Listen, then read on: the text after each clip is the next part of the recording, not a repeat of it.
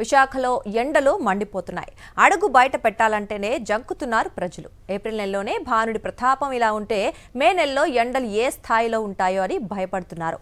AP వ్యాప్తంగా మరింత ఉష్ణోగ్రతలు పెరుగుతాయంటోన్న మెట్రాలజీ ప్రొఫెసర్ రామకృష్ణతో మా ప్రతినిధి Anil face to face. Telugu రాష్ట్రాల్లో ఎండలు మండిపోతున్నాయి.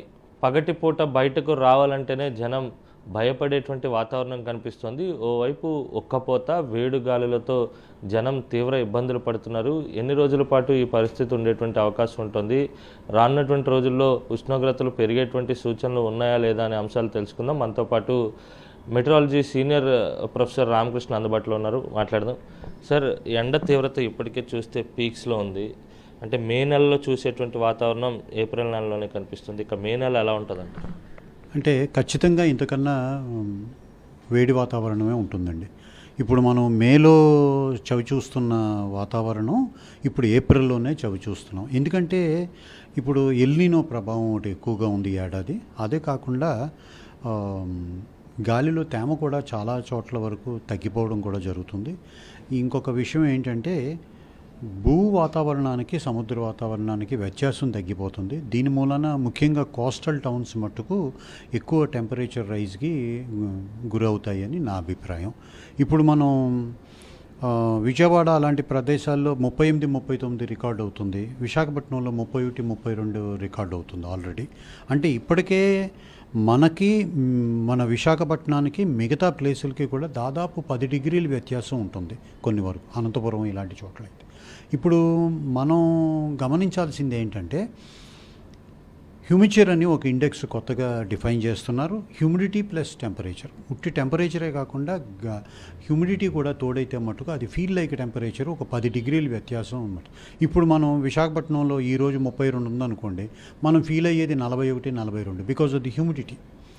ఇది ఎందుకు అంటే ఈ రెండు మిళితమై ఉండడం మూలాన ఈ డిస్కంఫర్ట్ లెవెల్స్ ఎక్కువైపోవడం మూలాన ఆ ఫీల్ లైక్ టెంపరేచర్స్ ఎక్కువగా ఉండడం జరుగుతుంది.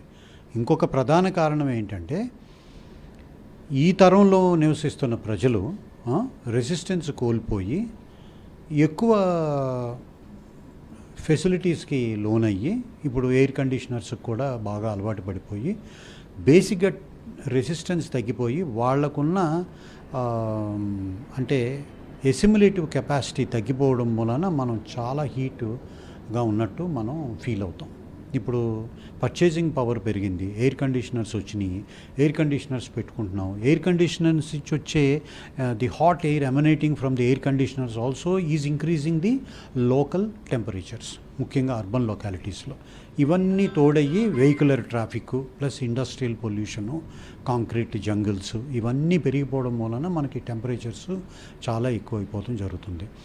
ఇక ఈ 4-5 సంవత్సరాలు 20 నుంచి 26 వరకు ఇంకా ఎక్కువగానే ఈ శతాబ్దంలో ది హయ్యెస్ట్ టెంపరేచర్స్ రికార్డ్ అయినట్టు వరల్డ్లో ఉన్న వాతావరణ సంస్థలన్నీ చెప్తున్నాయి మనకి.